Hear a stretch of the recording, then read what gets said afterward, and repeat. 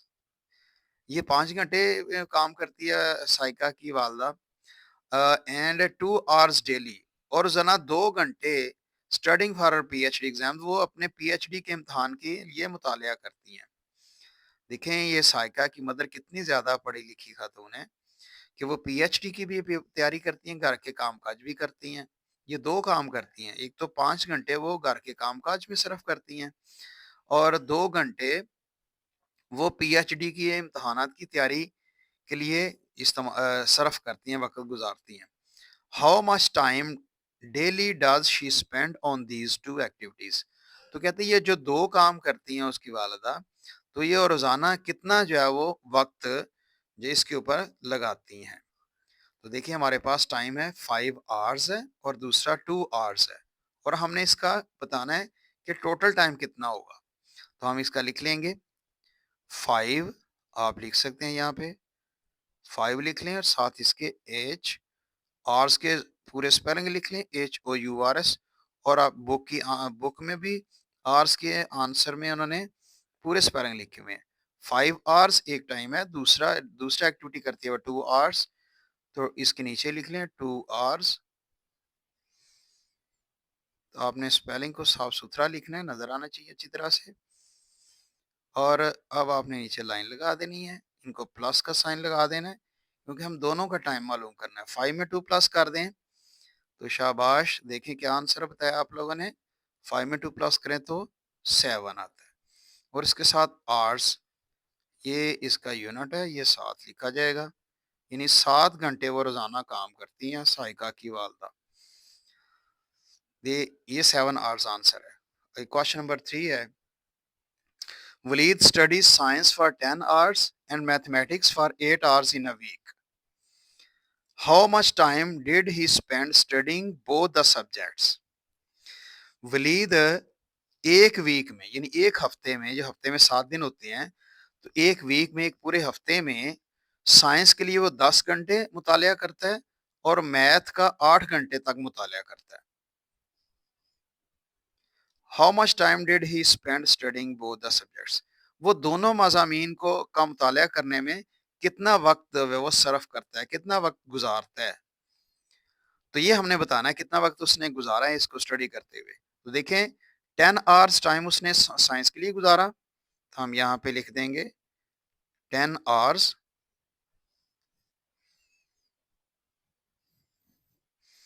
फिर दूसरा subject math है, उसके लिए उसने 8 आवर्स उसने इसके ऊपर स्पेंड किए, यूज़ किए। इनको हमने प्लस कर देना है 8 आवर्स को, तो प्लस का हमने साइन भी साथ लगा दिया। इन दोनों को प्लस कर लें, 0 में 8 प्लस करें तो 8 होता है, फिर 1 का 1 इसी तरह ही आ जाएगा क्योंकि 1 के नीचे कोई नंबर नहीं है। तो 10 में 8 प्लस किया तो 18 आवर्स आंसर आता है। तो एक वीक में जो वलीद है, एक वीक में 18 आवर्स स्टडी करता है, साइंस और मैथ दोनों सब्जेक्ट को मिलाकर। अब इसका लास्ट क्वेश्चन है, क्वेश्चन नंबर 4 इस एक्सरसाइज का लास्ट क्वेश्चन है। A bus takes 9 hours to reach from Peshawar to Zob and takes 8 hours from Zob to Quetta. What is the total time taken from Peshawar to Quetta? अब ये इस question को हम समझ लेते हैं। वो ये है कि एक बस पेशावर से ज़ोब की तरफ पहुंचने में वो 9 घंटे लेती है। एक बस पेशावर से उसने ज़ोब पहुंचना है, तो वो 9 घंटे टाइम उसका लगता है। और दूसरा फिर ये है कि ज़ोब से कोयटा की तरफ जाती है बस, तो वो 8 घंटे लेती है। तो हमने इसका टोटल टाइम बताना है कि वो पेशावर से जो उसने सफ़र का आगाज़ किया और कोयटा तक पहुँचे हैं, तो कितने घंटे उसने वो टाइम लिया है, ये टोटल टाइम हमने बताना है। तो टाइम को हम देख लेते हैं, पहले टाइम है इसका 9 आवर्स, हम लिखेंगे 9 आवर्स। दूसरा टाइम है 8 आवर्स, वो इसके नीचे लिख देंगे 8 आवर्स।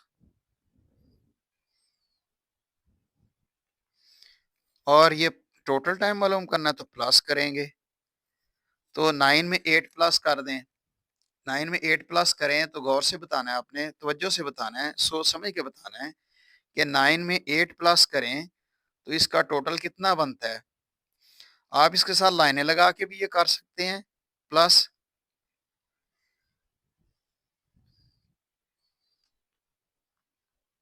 एक ल एक स एक ल एक जो है वो आपने 9 लाइन्स लगानी है और नीचे इसकी 8 लाइन्स लगानी है। इन सब को प्लस कर लें तो ये 17 आता है। शाबाश! ये 17 आंसर आता है। 17 के साथ आपने आवर्स लिखना है।